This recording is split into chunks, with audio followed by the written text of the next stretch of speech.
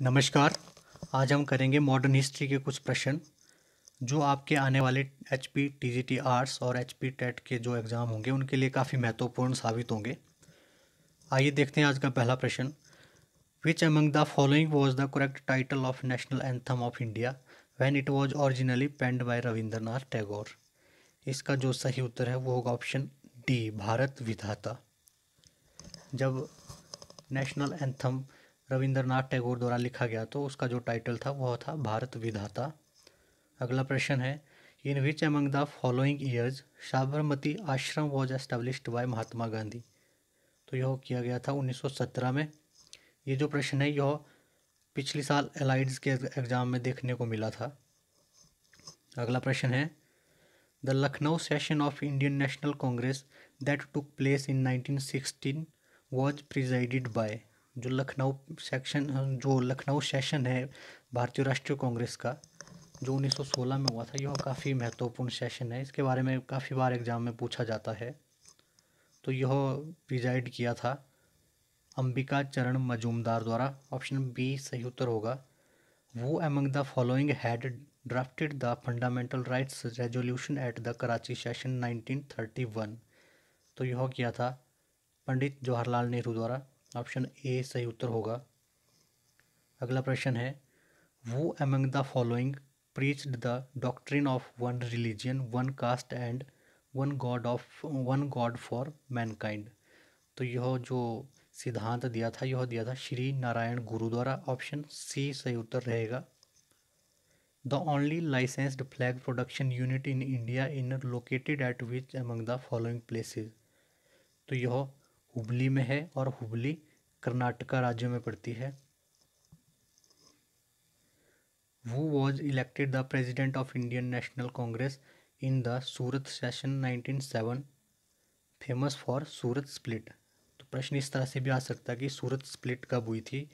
तो यह 1907 में हुई थी। इसमें कांग्रेस दो धड़ों में बंट गई थी, गरम दल और नरम दल में।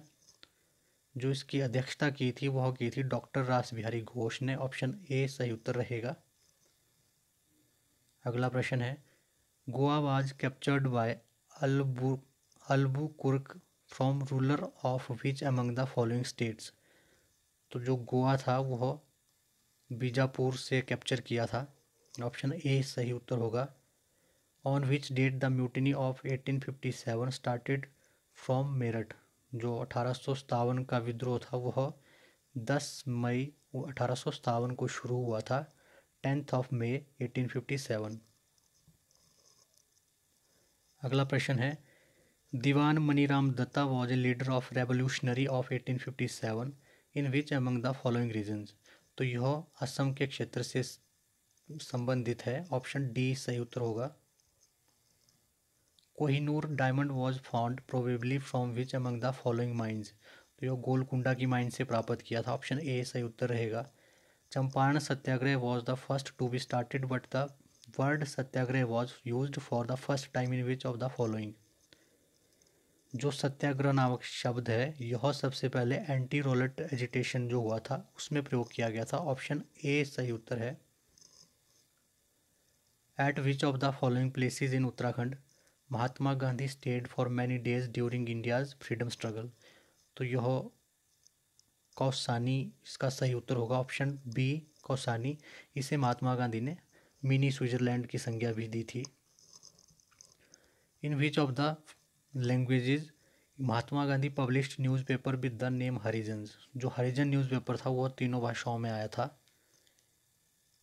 इंग्लिश, हिंदी और गुजराती में। ऑप्शन डी सही उत्तर होगा। Who among the following famous personalities had started a magazine called Lisan ul Sidq. तो यह की थी मौलाना अबुल कलाम आज़ाद ने। ऑप्शन ए सही उत्तर होगा। Ahilyabai the saintly queen of Maheshwar belonged to which dynasty. जो अहिल्याबाई होलकर है यह होलकर डायनेस्टी से थी। ऑप्शन सी सही उत्तर होगा। Under which among the following acts civil services started in India. जो सिविल सर्विसेज इंडिया में स्टार्ट हुई थी तो वह चार्टर एक्ट 1833 के अंडर स्टार्ट हुई थी। ऑप्शन बी सही उत्तर होगा। In which of the following sessions the concession was given by the Congress to Muslim League in acceptance of separate electorates in 1916? तो यह लखनऊ सेशन जो हुआ था उसमें हुआ था। ऑप्शन बी सही उत्तर होगा। Till which of the following years the appointments of the civil services were exclusively done by the directors of the east India company? तो यह चला था 1853 तक। ऑप्शन बी सही उत्तर रहेगा। Who among the following is known for the famous quote an uncontrolled pen servant serves but to destroy? तो यह जो कोटेशन है वह यह महात्मा गांधी की है। ऑप्शन बी सही उत्तर होगा। यह इन्होंने अपनी ऑटोबायोग्राफी एक्सपेरिमेंट्स विद ट्रूथ में कही है। अगला जो प्रश्न है वो है in which year Liaquat Nehru pact was signed? तो यह 1950 में हुआ था। After independence from which year India brought its distinctive coins? तो यह 1950 से शुरू हुए थे। ऑप्शन सी सही उत्तर है। विच among the following is called Magna carta of English education? तो यह वुड्स डिस्पैच है। ऑप्शन ए सही उत्तर होगा। In context of revolt of 1857, what was the ratio of Indian soldiers and European in the British Army? तो इसकी जो ratio है वो है 6:1। ऑप्शन सी सही उत्तर होगा 6:1। The Widow Remarriage Act 1857 was passed during the Governor Generalship of whom? तो यह हुआ था लॉर्ड डलहौजी के समय में। ऑप्शन बी सही उत्तर होगा। Where did Indian Society was founded by Anand Mohan Bose in 1872? तो इन्होंने यह लंदन में स्थापित की थी।